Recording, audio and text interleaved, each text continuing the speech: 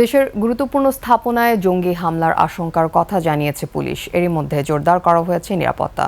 হামলার হুমকিদাতাদের ধরতে মাঠে নেমেছে আইন শৃঙ্খলা বাহিনী। এদিকে ধর্মীয় বক্তাসহ দেশের গুরুত্বপূর্ণ ব্যক্তিদের নামে অনলাইনে যৌন উত্তেজক ঔষধ বিক্রি করার অভিযোগে 10 জনকে গ্রেফতার করেছে পুলিশ। অন্য এক অভিযানে অনলাইনে এসএসসি পরীক্ষার প্রশ্নপত্র ফাঁসের অভিযোগে 4 জনকে গ্রেফতার করা হয়েছে। রিপোর্ট হাকিম মাহির।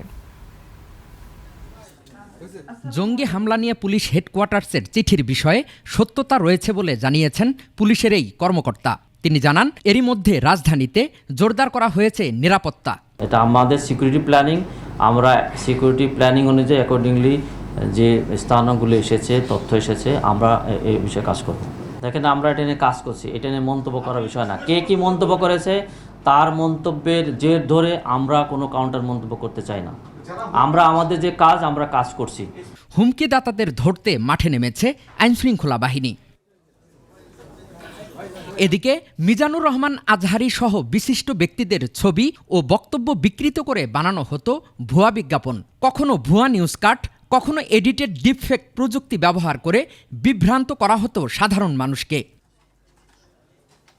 এমন প্রতারণার সঙ্গে জড়িত একটি চক্রের 10 সদস্যকে গ্রেপ্তার করেছে পুলিশের সাইবার ইউনিট। রাজধানীর বিভিন্ন এলাকায় অভিযান চালিয়ে তাদের আটক করা হয়। উদ্ধার করা হয় মোবাইল ফোন, ল্যাপটপ, ভুয়া বিজ্ঞাপনের কন্টেন্ট এবং প্রতারণায় ব্যবহৃত বিভিন্ন আলামত। একই সময়ে এসএসসি পরীক্ষার প্রশ্ন ফাঁস চক্র নিয়েও আরেকটি সংবাদ সম্মেলন হয়। জানানো হয়, চক্রের 4 সদস্যকে গ্রেপ্তার করা হয়েছে। হাকিম মাহি, 21 টেলিভিশন, ঢাকা।